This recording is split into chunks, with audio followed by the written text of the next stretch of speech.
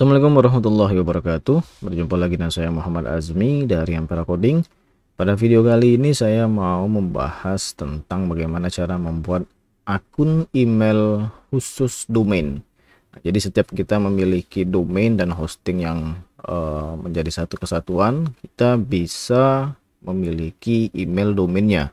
Jadi mungkin teman-teman bisa lihat email orang yang tidak menggunakan Google ataupun Yahoo. Contohnya misalkan di sini kan saya punya domain di muhazmi.myid. Nah, jadi ketika misal kita ingin punya email domain ataupun email website, jadi kita bisa buat seperti ini. Jadi misalkan kontak@muhazmi.my.id. Nah, jadi kita bisa kasihkan email khusus yang mengikuti nama domain kita. Jadi kalau misalkan yang saya itu di mail@amperacoding.com ya. Nah, jadi emailnya itu seperti ini, bukan email yang umumnya kayak gini ya. Nah, ini kan email dari Google nih, atau misalkan amperacoding@yahoo.com atau @gmail.com. Nah, itu kan istilahnya yang mengikuti provider istilahnya ataupun domain mereka. Nah, kita akan buat seperti ini ya. Jadi kontak@muhazmi.my.id. Nah, caranya adalah kita harus masuk dulu ke cPanel. Jadi saya asumsikan teman-teman udah mengikuti video sebelumnya dari awal tentang bagaimana cara mulai pertama kali kita membeli domain dan hosting, kemudian sampai login ke cPanel, dan sekarang kita bahas untuk membuat akun emailnya. Nah, setelah kita masuk ke cPanel, kalau misalkan pertama kali membuka itu tidak ada keterangan email seperti di sini, teman-teman bisa ketik saja di find functions quickly by typing here di sini. Jadi ketika kita klik, kita isi email, maka dia akan tampil seperti ini dari hasil pencariannya. Nah, kita pilih saja di email accounts. Nah, nanti dia akan muncul halaman seperti ini, email accounts, list email accounts. Jadi merupakan daftar dari akun email yang kita miliki. Nah, kalau di sini keterangannya kan available-nya ini tanda seperti ini. Ini maksudnya unlimited. Sedangkan kalau use seperti ini, dia 0 karena belum saya buat apapun. Oke. Nah, kemudian kita bisa buat itu dengan cara menekan tombol create di sini. Oke, saya klik tombol create. Nah, nanti dia muncul seperti ini. Ada create an email account. Di sini ada namanya domain. Jadi kalau misalkan teman-teman memiliki subdomain seperti di sini, ini bisa ditambah blog.muhazmi.id. Jadi nanti di sini dia ikut berubah juga. Tapi kalau misalkan ingin mengikuti nama domain utama, kita pilih yang muhazmi.my.id seperti ini. Jadi nanti kalau misalnya kita ingin buat, contohnya kontak@muhazmi.my.id ya. Nah, seperti ini tampilannya. Nah, untuk bagian password, kita isikan saja set password now. Nah, di sini ada yang namanya send login link to alternate email address. Kita bisa mengirimkan link login untuk ke email address alternatifnya kalau kita ingin mengirimkan password ke si usernya. Jadi nanti ketika kita mengisikan alternatif email di sini, si user penerima itu dia bisa membuat passwordnya sendiri. Tapi karena ini sifatnya pribadi ya kita sendiri, maka saya akan coba buat saja dengan password yang saya miliki sendiri. Jadi misalkan di sini kontak@muhazmi.my.id ini sebagai nama akun emailnya.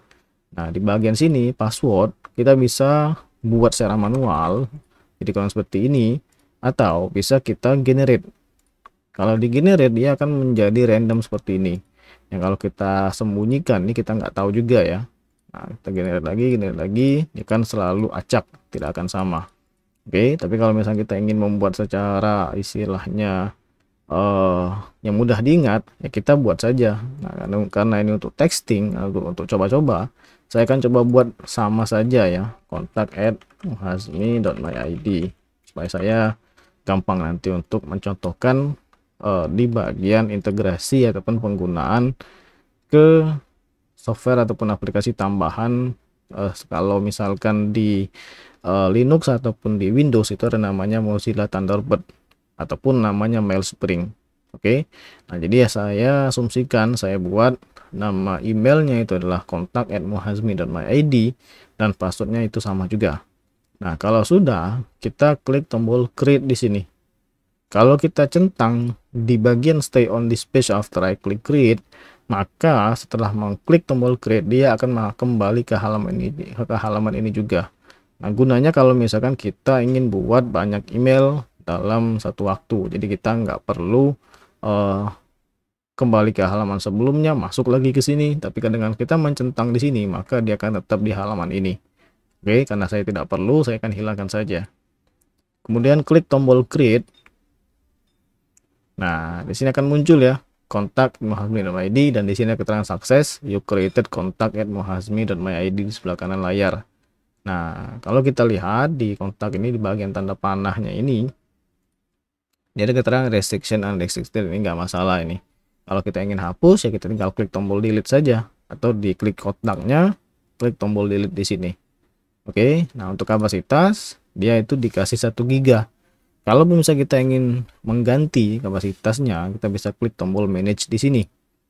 Nah, di sini ada yang namanya current storage usage ataupun penggunaan penyimpanan saat ini. Nah, kita bisa atur kalau mau unlimited ya diklik saja bagian unlimited. Jadi nanti dia tidak akan ada batasan untuk alokasi email masuk ataupun keluarnya. Nah, untuk sisanya di restrictions, kemudian push addressing ini bisa diabaikan. Kalau kita di bagian receiving incoming mail ini kita suspend, maka dia tidak akan bisa masuk emailnya. Oke, jadi sending juga seperti itu, logging in juga seperti itu. Jadi ini diabaikan saja. Nah, kalau sudah, kita klik tombol update email settings. Kalau kita kan sudah mengganti ke unlimited nih. Nah, saya klik update email settings. Nah, di sini ada keterangan udah ya. Jadi tanda kayak infinite seperti ini simbolnya. Jadi nggak ada batas ataupun unlimited. Nah, sekarang gimana kita mengakses si akun email ini? Nah, caranya ada dua. Kita bisa menggunakan yang namanya Mozilla Thunderbird, atau kita langsung akses ke melalui subdomain untuk webmailnya. Oke, nah itu mungkin akan saya buat di video tersendiri supaya tidak terpecah fokus antara pembuatan akun email dan aksesnya. Jadi mungkin ini saja, semoga bermanfaat dan sampai jumpa di video selanjutnya.